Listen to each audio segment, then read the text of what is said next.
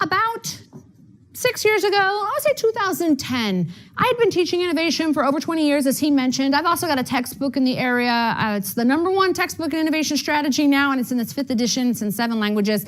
So I thought I knew the field. You know, I have to, revising the book forces you to go and research innovation and research creativity all the time and to really stay on top of it, because a textbook isn't about what you know. It's not about your research. It's about everybody's research, right?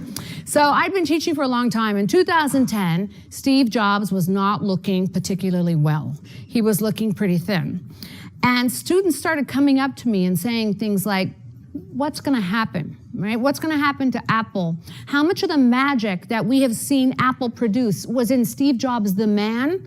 Or how much of it that is a myth? How much of it is actually in the organization, like in the routines and the norms? How much could it be passed down to a successor, right? They wanted to know whether or not Apple would still be innovative after Steve Jobs was gone. And fundamentally, they also wanted to know, how can I be like Steve Jobs, right? What made him like that?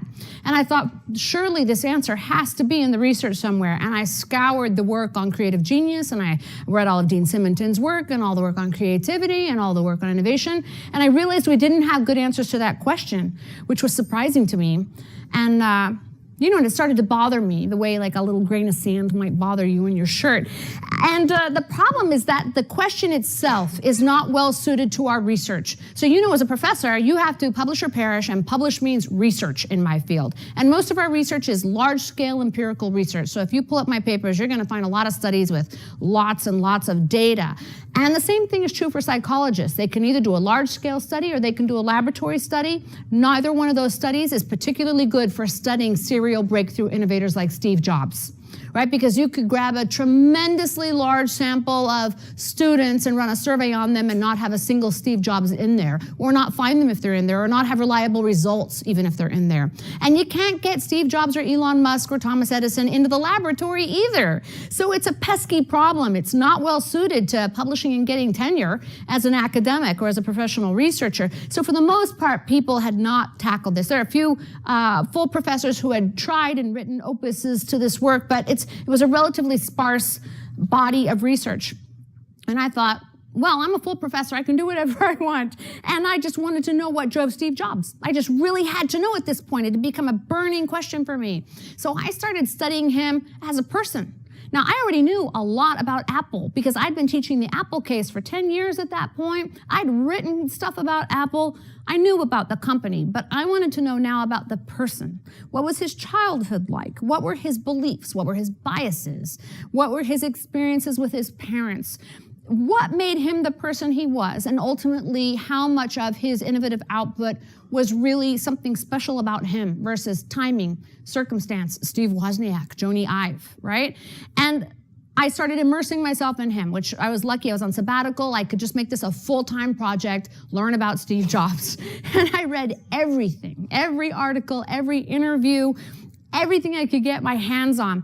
But a funny thing started to happen is that I started to recognize traits in him, because it turned out Steve Jobs had a lot of interesting commonalities with this other innovator that I had studied, which is Dean Kamen.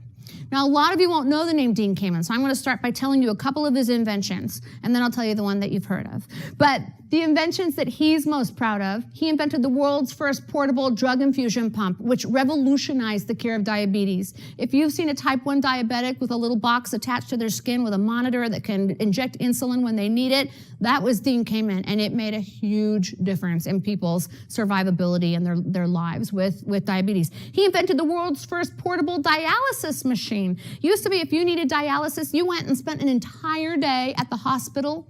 It was miserable. It was degrading. It made it very tough to hold down a job. It was just a difficult thing. And he said, it doesn't need to be like that. We can restore people's dignity by just making this a portable device. And he invented a portable dialysis machine, revolutionized dialysis. Then one time he saw someone on a wheelchair trying to get someplace, and there was a curb, and they couldn't get up the curb, and it broke his heart. And he said, that's just not right. And he invented the iBot mobility wheelchair, which can climb stairs. It can also raise a person up to eye level, which he thinks is very important for restoring, again, the dignity of the human experience. So he invented the iBot mobility wheelchair and prosthetic arms and all these things.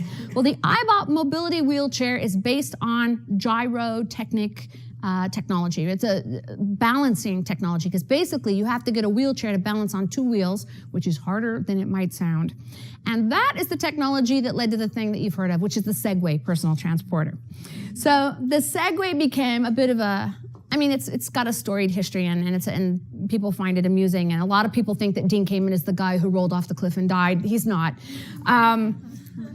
It's a little frustrating to Dean Kamen that that's what you know him for, because he's won so many awards and medals of technology and all these things.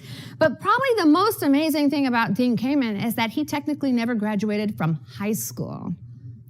He went to college a bit without finishing high school, never graduated from college either. He has revolutionized medical science in all sorts of fields. He's invented the slingshot water purifier that can turn anything wet into drinkable water, and he demonstrated that by urinating into it and then drinking it.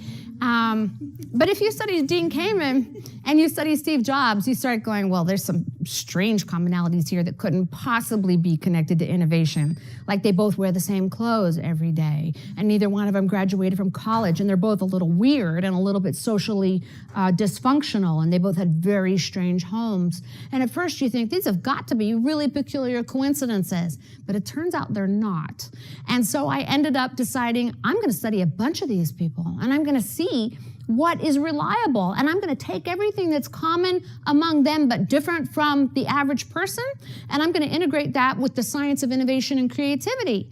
And I'm going to see if we can explain how these things work, why they work, why we would see these commonalities between these innovators. And it has been the funnest project of my whole career. And it was a high-risk project. There was a pretty good chance that nothing would pan out. We wouldn't find anything useful. That's not what happened, actually. It was an incredibly illuminating experience, and there's a lot we can learn. And one of the best parts is that even the things that are unique and inimitable about some of these people operate on innovation through a mechanism that we can tap even if we don't have the trait. And that's super cool to know, right? So you don't have to be a genius innovator with photographic memory to achieve some of the same things that innovators who were geniuses with photographic memories achieved. And we'll talk about how. So these are not one-hit wonders. These are people who spent their whole lives innovating over and over again, because we need to study people who are serial breakthrough innovators to know that we're isolating something that's about that person or about their life, as opposed to right time, right place. So there's a lot of people who had a great invention, but only the one. And in that situation, it's difficult to separate person from context. So I only looked at serial breakthrough innovators. I looked at Elon Musk. You have all heard of Elon Musk, right? He sold his first video game at the age of 12. He taught himself to program computers at the age of 10. Now, you know, you look pretty young out here, so maybe you don't understand what a feat that was. When Elon and I were 10, all right, computers used DOS, right? They used DOS, okay, on a monochrome screen with a little green cursor. He had to learn BASIC, which none of you have learned BASIC. I'm pretty, well, maybe a few of you, most of you haven't, and taught himself to program when nobody else was programmed. There was no YouTube tutorials because there was no internet.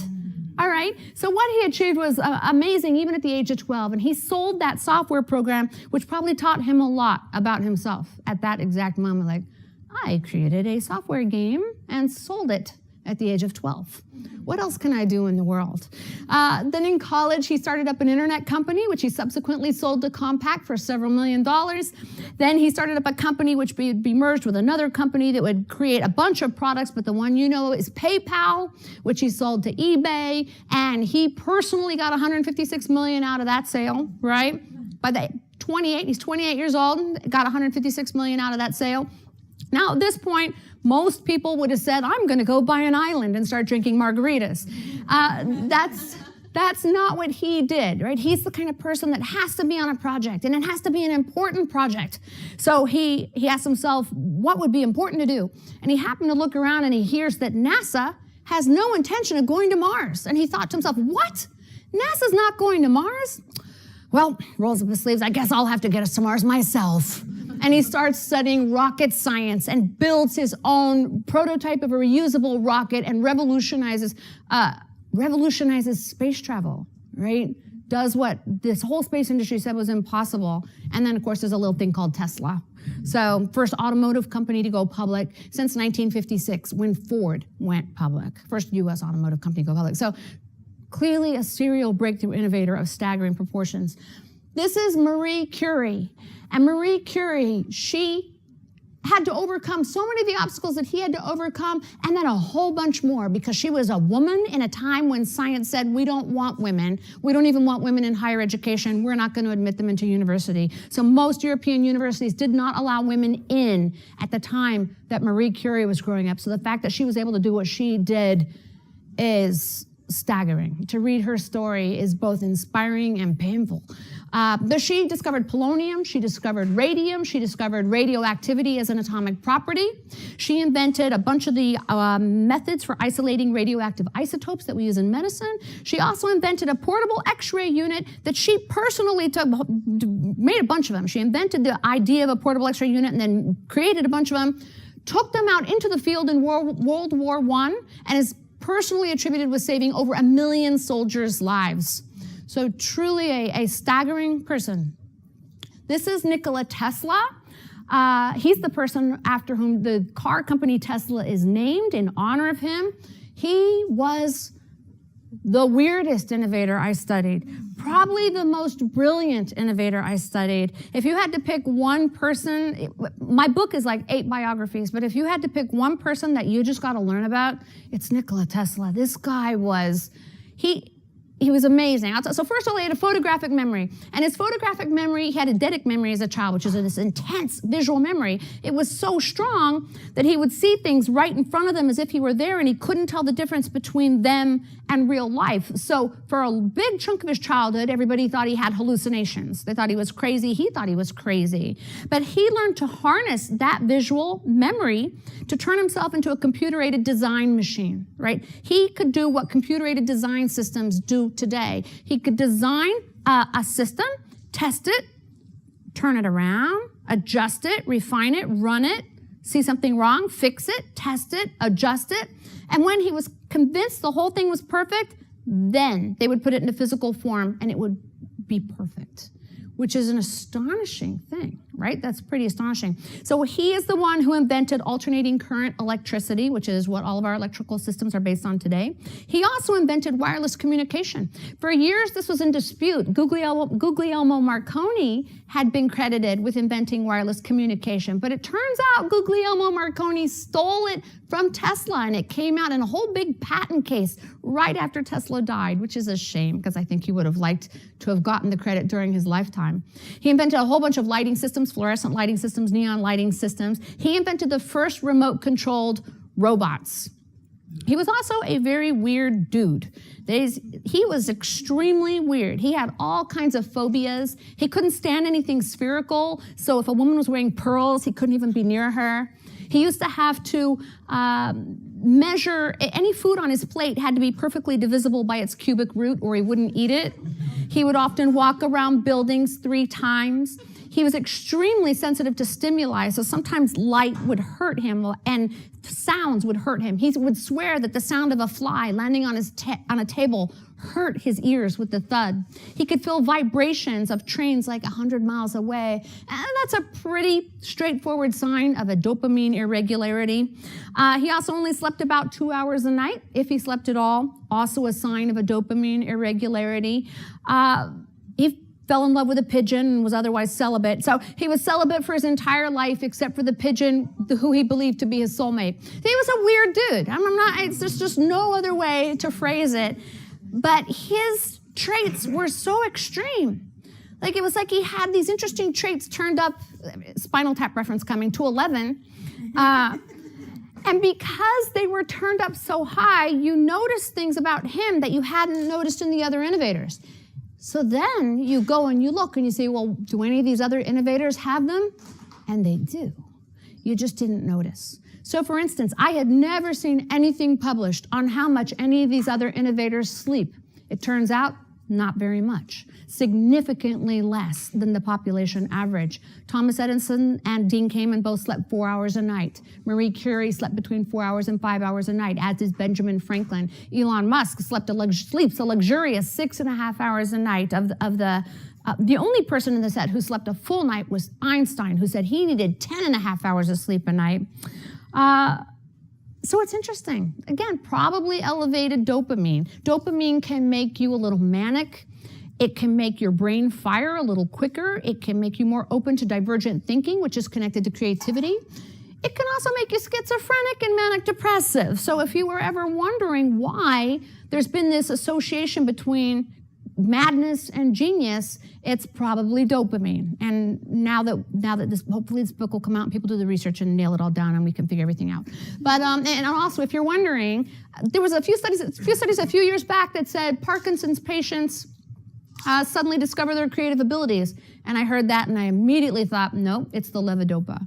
And then subsequent studies went in and tested it, and it is the levodopa. So it's actually amazing to me that levodopa is not the recreational drug of choice among young professionals. But don't do it, because if you take, it's very similar to Adderall. Yeah, if you take too much, also meth, similar to meth. If you take too much dopamine, or too much meth or too much Adderall, what happens is your very clever brain starts turning off your dopamine receptors. So then when the synthetic dopamine wears off, you got nothing. Now you're Parkinson's. You have symptoms of Parkinson's. You don't move, you don't want to talk, you don't feel any pleasure from anything, sex, food, nothing.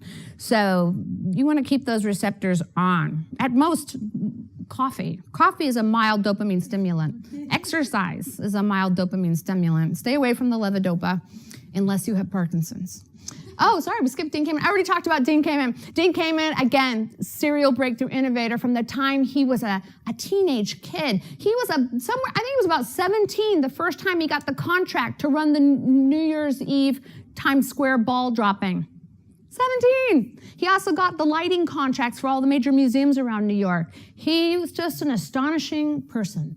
So, this is, just for fun, this is Nikola Tesla's laboratory in Colorado Springs. One thing you may not know about Nikola Tesla, again, another funny little commonality with Elon Musk, Nikola Tesla was also obsessed with Mars and convinced that he had communicated with Mars, that he had intercepted messages from Mars. And today we think maybe he intercepted messages from Guglielmo Marconi. We're not entirely sure, but Mars is a big part of his history too. Sometimes I think that Elon Musk is kind of the love child of Steve Jobs and Nikola Tesla.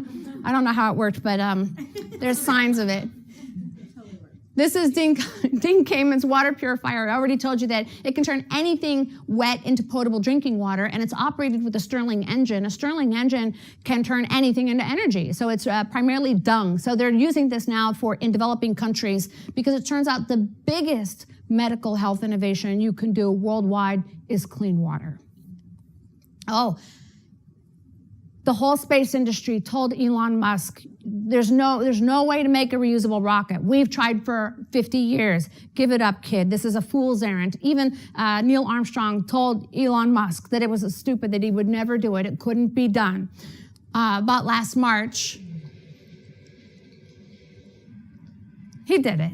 That must have been a great moment for him. And then I'm sure you guys all saw the Falcon Heavy the other day, which was an even bigger rocket. So, what makes some people so spectacularly innovative? What is it? Can we learn it? Turns out there's some parts we can. We can also manage it in other people, and we can help our kids have it. The first one, this is a weird one, because I wasn't looking for this going into this research, but almost all of the innovators, I say almost because Benjamin Franklin is the outlier here, and I think I've figured out why, but all of the others have this marked sense of separateness, this somewhat disconnected feeling from the social world, like they didn't fit in or they didn't belong or that its rules didn't apply to them. And like Albert Einstein was the one who probably talked about it the most and articulated its role in his life. He said, "I gang my own gait and have never belonged to my country, my home, my friends, or even my immediate family with my whole heart." Such a person no doubt loses something in the way of geniality and lightheartedness. But on the other hand, he is largely independent of the opinions, habits, and judgments of his fellow and avoids the temptation to take his stand on such insecure foundations. So what he had figured out way back then is that because he felt detached from the social world, he could ignore it. He could reject assumptions that had held back other scientists. And I don't know how much you know about Einstein, but he ended up completely revolutionizing physics by basically casting away all of these ideas that Newton had turned into laws, basically, right? So people believed that a lot of Newtonian physics was fundamental principles, universal laws, that we now understood the universe. And Albert Einstein said, there isn't any ether, and there is no absolute time. He cast away these things in a way that no other scientist would, primarily because he was separate from science. He had been rejected by academia. His professors didn't like him in school. He was disrespectful. He was brilliant, but he didn't like school because school was constraining for him. He didn't like the structure. He wanted to do what he wanted to do. So he wasn't good about showing up to class, and he wasn't good about being deferent to others. And so when he graduated, his professors wouldn't write him the letters he needed to get an academic post. And he wrote to almost every major university of Europe and said, please give me an academic post. And they all turned him down. So he took a job as a patent clerk. But even here as a patent clerk, he's like, I'm going to write articles on physics anyway. Even though it's not my role, even though I don't belong, even though people will think that I'm crazy, I'm going to write them anyway. And in 4 months, had 5 spectacularly huge revolutionary papers, one of which was the theory of relativity, another one which identified the whole notion of light waves and photons, another one which explained Brownian motion. So an incredibly successful innovator because he didn't belong. That ends up teaching us something that we're going to see. Pierre and Marie Curie were also really interesting in this regard. So they were very socially detached. They didn't have a lot of friends. They didn't socialize. They preferred to be in their lab all the time. And their lab was like a wooden shack with a wood stove in the center of it. It was isolated. It was cold. It was uncomfortable. But they thought that was bliss. Now, they were so focused on their science that when they had their 2 daughters, they basically took their 2 daughters and gave them to Pierre's father to raise.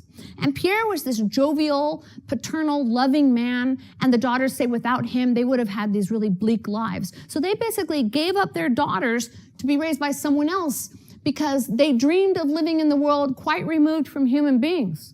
Now, Eve Curie, her daughter, Marie Curie would go on to be the first woman to win a Nobel Prize, the first person of any gender to win 2 Nobel Prizes in 2 different fields. Pretty amazing accomplishments, especially since they didn't want to give her a Nobel Prize because she was a woman. But what you may not know, because a lot of people know that about Marie Curie, what you may not know is that the next woman to get a Nobel Prize was her daughter, Irene Curie. Anyway, Irene and Eve grow up with the father-in-law, and Eve decides to write a biography about her mother right after her mother's death.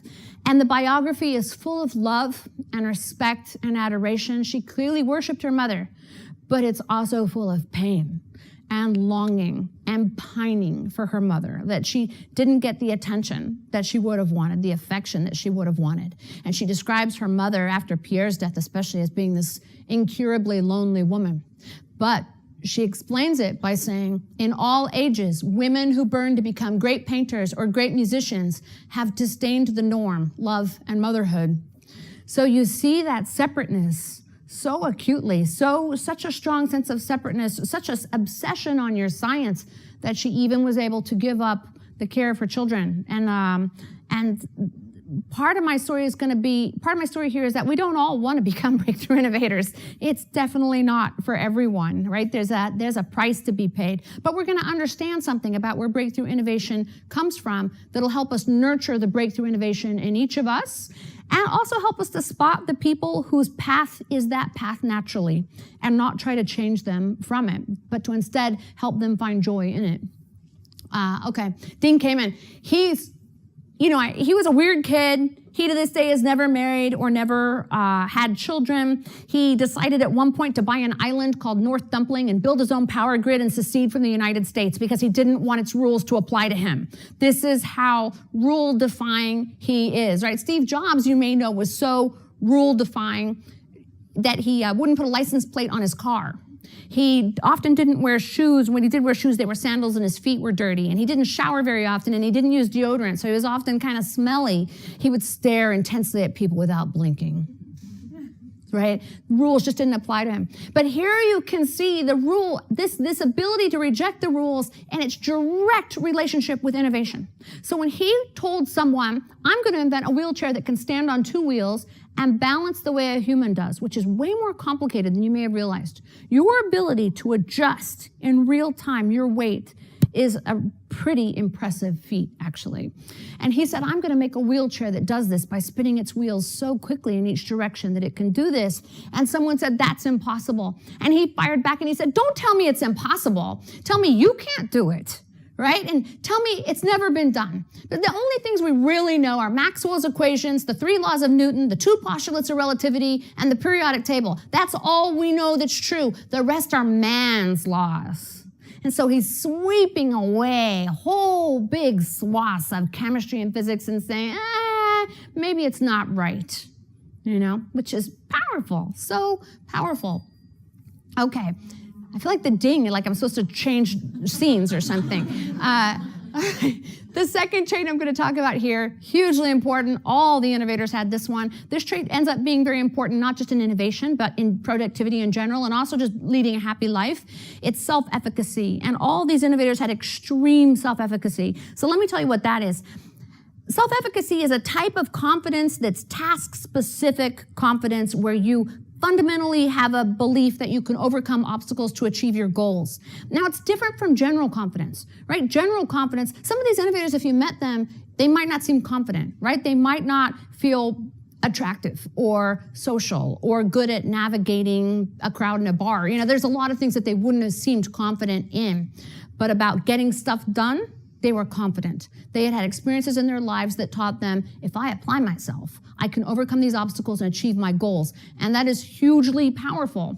So this is the epitome of self-efficacy. If there was a poster child for self-efficacy, it would be Musk, who when people said it's impossible to build a reusable rocket and make space travel affordable, he's like, I think I can do it, right? That was pretty powerful.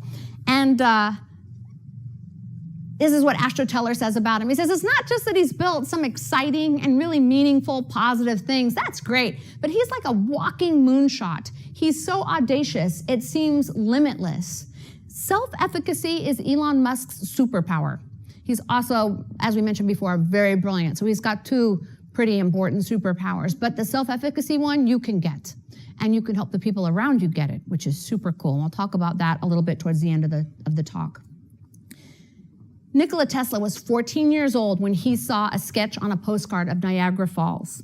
And he looked at it very closely and he told his father, I'm going to harness the power of that one day. Right? And his father laughed. I mean, he was living in Croatia and his father was a minister, a Serbian Orthodox minister in Croatia. And here's his 14-year-old kid saying, I'm going to harness the power of that Niagara Falls. And so his father patted him on the head. Sure, whatever you say. Well, that's exactly what he did. He built the power station at the base of Niagara Falls that ended up shooting power hundreds of miles and astonishing the world with how far electricity could go. Up to that point, it had only ever been a couple of miles at most. So that's the Niagara Falls power station with 3 Tesla alternating current generators built in 1896. Okay, third thing, all of the innovators except one. This time the outlier is Thomas Edison. Thomas Edison was not idealistic. And after I saw all the other innovators being idealistic, I was surely Thomas Edison is idealistic. I just have to dig hard enough and look, which is biasing the research process. So there was a part of me that knew in my scientist's heart that I was committing a serious faux pas. But I couldn't find it. I could not find any trace of idealism in his life. And then what I did find was the money quote that he's not idealist, where he said about himself, I'm a practical man. I stay pretty close to the earth. I don't do that high level thinking about big far away stuff. I leave that to the other folks. That's not for me. So he said he was not idealistic. But the others were all keenly idealistic, right? Musk wants to get us to Mars because he thinks that's how he's going to save our species. Right? He believes a catastrophic event will hit the Earth, and if we don't have a colony on Mars, we'll be over, and it matters to him. Tesla and Solar City are both because he wants to move us to renewable energy because he believes we will run out of energy. He's a fiercely idealistic person, and if you look at the way he plowed all of his millions that he made from the eBay sale, all of his personal money into those companies, knowing outright, he even said, the probable outcome of Tesla is failure, then you know for a fact that he was an idealistic guy. Benjamin Franklin was also a very idealistic person. His whole life was lived with this idea of creating a free and egalitarian America.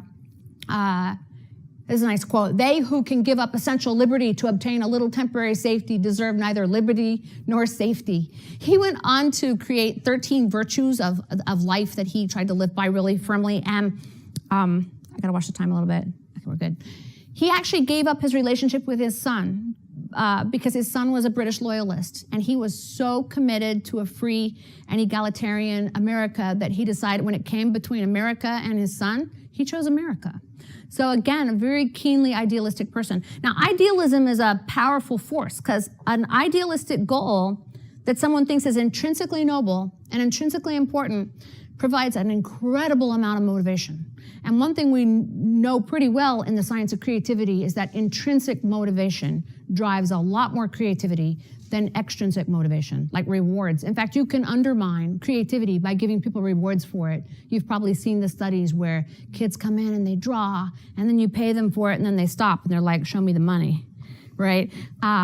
We want intrinsic motivation. Idealistic goals are incredibly intrinsically motivating, but they also became a focus for the innovator to think big and to think far and to have their eye on the horizon somewhere really far out because they're working for something important. They work incredibly hard, sacrificing their leisure, sometimes their reputation, sometimes their money, sometimes their health and even their family because the cause is more important than themselves.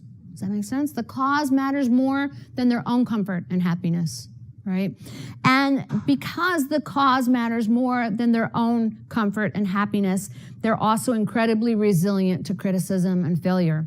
They don't care if you don't like them. I mean, they might care a little, but they don't care enough because they think the cause is so important that they're going to endure it. They're going to endure your criticism and keep marching on and pursuing that goal because it's intrinsically valuable to them. All right, and so pretty cool stuff. This is why Dean Kamen pursued the slingshot even when nobody else would fund his work. He said he discovered early on that the big companies of the world have figured out that the countries that need clean water don't have the money to pay for it.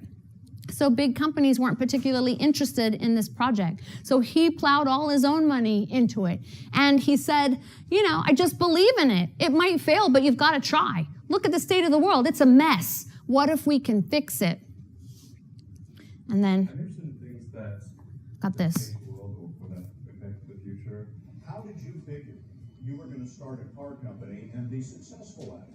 Well, I didn't really think Tesla would be successful. I thought we would most likely fail. But you say you didn't expect the company to be successful, then why try? If something's important enough, you should try, even if the probable outcome is failure. So he's not in it for the money. I'm not sure everybody realizes that. And I'm not sure that all the stockholders would be thrilled to realize that. But it does make him a pretty persistent and motivated person. Okay, I mentioned that Thomas Edison was not idealistic. So what drove him? Because he worked really hard too. So another thing all the innovators have, and Thomas Edison had it in spades, is need for achievement, which is this drive to accomplish things. And Thomas Edison actually liked patents a lot more than money. He loved to get patents and to accrue them quickly and beat the other guy to get a patent. And also just a fundamental love of work, that thrill of being up against something that's hard enough to challenge you and yet not thwart you. That's what Csikszentmihalyi calls flow. If any of you have seen his book on flow, it's a great book. You should pick it up and read it. The idea is that there's a level of working hard at something, like maybe you're playing chess, or maybe you're playing tennis against someone you're really well matched against, or maybe you're digging a hole in the backyard because you've decided you're going to put in that koi pond, right? But working hard can feel really good. And my best example of this is a border collie. Have any of you ever encountered a border collie? Border collie?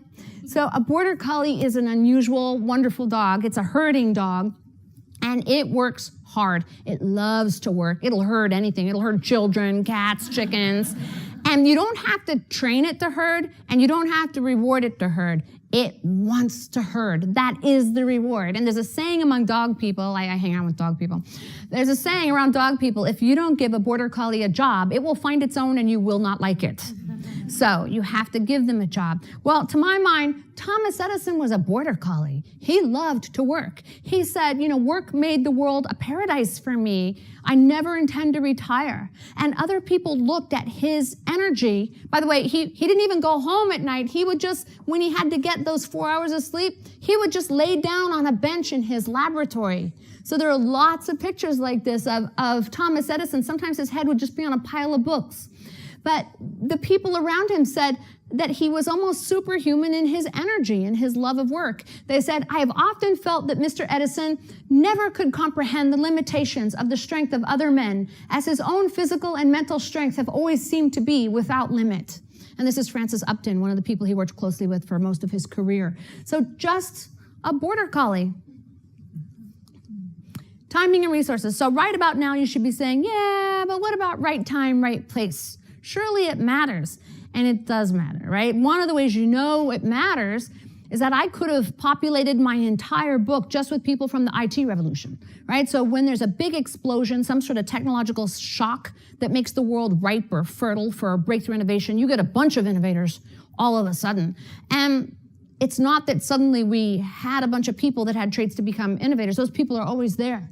It's just that there are time periods when there are innovations that are sort of ripe for the taking. So both Edison and Tesla and Westinghouse, who this building is, I guess this is a Westinghouse building we're in, and Alexander Graham Bell and a bunch of others, they were all unleashed by electrification. It was the electrification of America that made all these innovators rise at approximately the same time.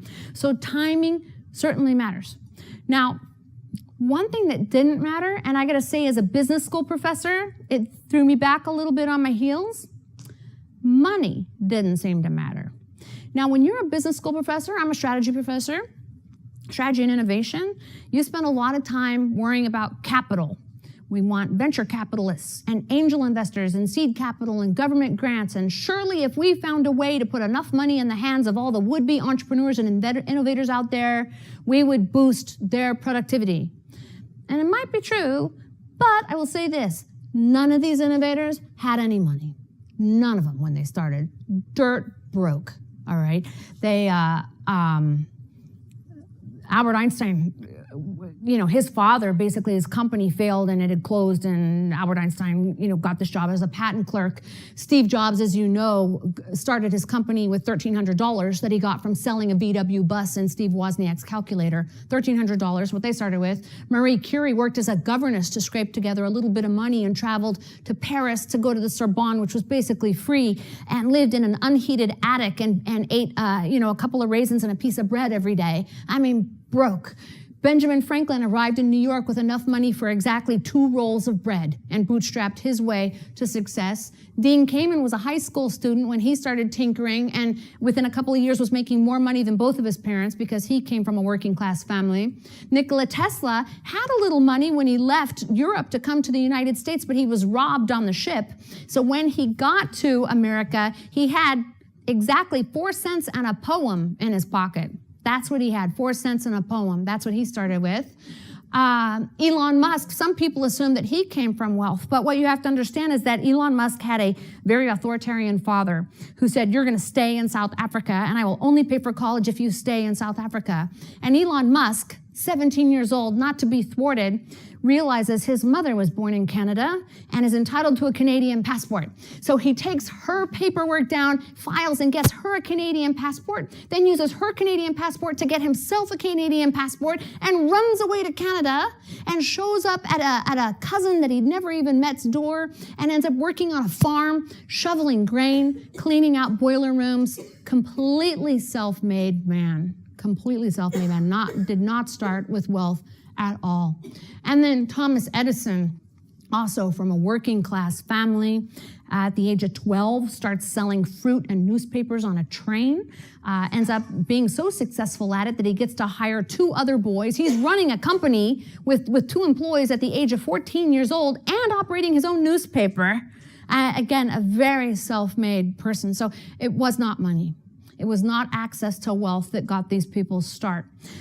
It was sometimes access to other kinds of resources. So all of them had times when they needed access to some sort of expertise or technological resources. Thomas Edison's start can largely be attributed to one pivotal moment when he was on the train, because remember he went back and forth on the trains, selling things on the trains. He was also a tinkerer. He had a chemistry lab in his parents' cellar. He basically had no formal education at all. When he was born, he had a really abnormally large head, and so doctors decided there was something wrong with him, that he was delicate, and that he should not be sent to school.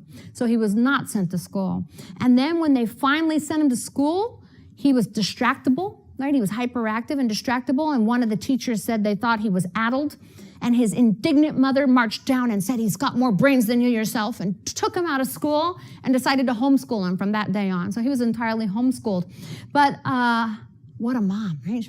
He said his mother was the making of him. There's a lot of mother stories in this book, which are interesting. That's a whole study that needs to be done on its own. I haven't done it yet, but it's worth doing.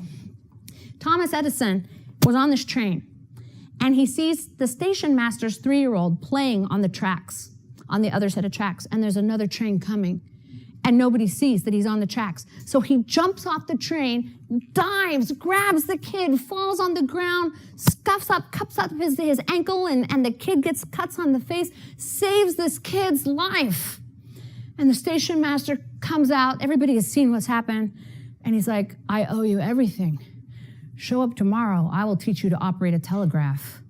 And that's how we get Edison, right? So, interesting moment of timing and access to resources. Marie Curie, she's brilliant, right? She decides to put herself through school.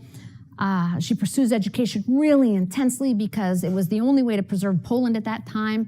I'm not going to go into that whole story right now, but it's a great story about why she ends up deciding to pursue education in a time when women didn't. Right? Really, women didn't. So she pursues education, but right at the time she's about to get her PhD is right when Röntgen discovers these mysterious rays, and Becquerel discovers mysterious rays. So she decides to study the mysterious rays. Let's figure out what's causing rays. And ends up meeting a man named Pierre Curie, who is also brilliant, also very socially disconnected, but falls madly in love with Marie. And he has invented a state-of-the-art electrometer, but it's hard to use. It's very finicky to use, so Becquerel couldn't figure out how to use it. So he trains Marie very carefully, hours and hours of work to use this electrometer. And it is that electrometer that enabled her to measure the tiny currents that led to her discovery of radium and polonium. So that's a pretty unique confluence of timing and resources.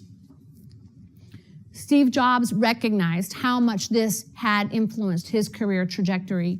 He said, I feel incredibly lucky to be at exactly the right place in Silicon Valley at exactly the right time historically where this invention has taken form.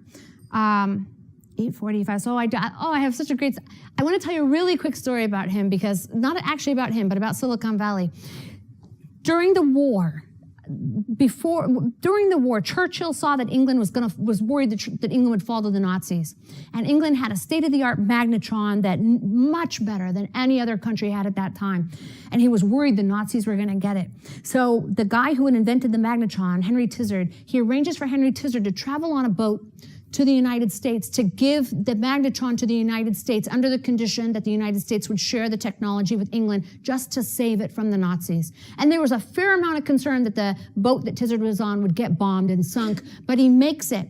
Tizard brings the magnetron to Bell Laboratories. Shockley and Walter Breton, those guys all start working on this magnetron. They invent the integrated circuit. Shockley's mother gets sick. So Shockley decides to move to Mountain View to take care of her because that's where his mother lives. And he founds a company called Shockley Computers, Shockley Integrated Circuits in Mountain View, the heart of Silicon Valley. But Shockley is a complete, I think the technical term is asshole. He's a jerk. He's a very difficult man. He's a eugenicist. He's a lot of bit crazy, actually. And so all the people who worked around him decided to leave Shockley and form their own companies, one of whom is Fairchild Semiconductor, and Silicon Valley is born. Okay? Now, if Churchill hadn't sent the magnetron over, if Shockley's mother hadn't gotten sick and brought the technology to Mountain View, if he hadn't been a jerk, which caused the spawning of all of these other companies, we might not have Silicon Valley. And if we had not had all those sequence of events happen, you might not know who that guy was. Isn't that amazing? It's such path dependency. Okay, so let's get down to what we can learn. First of all, you need time to think and work alone. We can tap a lot of the advantages of separateness just by choosing to spend some time thinking about what we believe and challenging assumptions. This is especially important for kids. You don't want to overschedule kids. Kids need time to sit and write and think and read, not with screens, because that's reacting to somebody else's ideas. They need to be forming their own ideas and forming their own thoughts about who they are and what they're interested in. Brainstorming groups do not work. We know they don't work. There's lots of psychology research showing they don't work. For some reason, companies still use them. Be the voice of dissent on that one. Say, hey, why don't we spend some time on our own first? And then you can point them to one of my articles on this or point them to some of the psychology on this. Brainstorming teams bring everybody to a mediocre compromise, which is usually not what you're looking for. We can help people who are creative to flourish by embracing their weirdness, right? We got to be more weird tolerant. I mean, these days I think it's called neurodiversity is kind of the hot word, but you don't even have to be neurodiverse. We got to find a way to be more tolerant of weird people because weird people often have weird ideas, and every idea that has changed things was at one point weird. We can help build self-efficacy for people through lowering the price of failure and giving them an opportunity for early wins. That means when you see someone struggling with something and your inclination is to jump in and help them, and I get it because that builds social bonds and makes them feel like they're in a trusted and nurturing environment, but it undermines self-efficacy. So sometimes what you ought to do, if you think they actually could get it done on their own, if you think there's a possibility they can solve that problem on their own, stand back and just say, hey, you can do it. I have faith in you. I have absolute faith you can get this. This one's super important with kids, but it's also important just in your own work life. Make up your mind you can overcome obstacles. Study hero stories, because humans are wired for vicarious learning, right? You learn what you can eat and what you can jump over and what will kill you and what won't kill you, not by experiencing all of those things. That would obviously be very inefficient. You learn it from watching other people, right? This is how our species is wired. And as a result, that means hero stories teach us about what we are capable of, right? When we read about other people overcoming obstacles, we're learning, I could probably do that, right? So they're valuable. No, I had that up there as a bullet point. Should have just clicked on that. We can also cultivate ambitious goals that tap our ideals. You know, somebody asked me a question a couple of months ago, simple question, and it got me thinking, and it made me realize this is a really great way to get people to tap their inner moonshot, right? You've all got at least one moonshot in you. Some of you might have several moonshots in you. But someone asked me the other day, this is actually not my moonshot, but I'm going to show you the question. They said, what's the one thing you would do that would fundamentally transform New York? What's one thing you could do that you think would completely transform New York in a positive way? And I thought about it all day.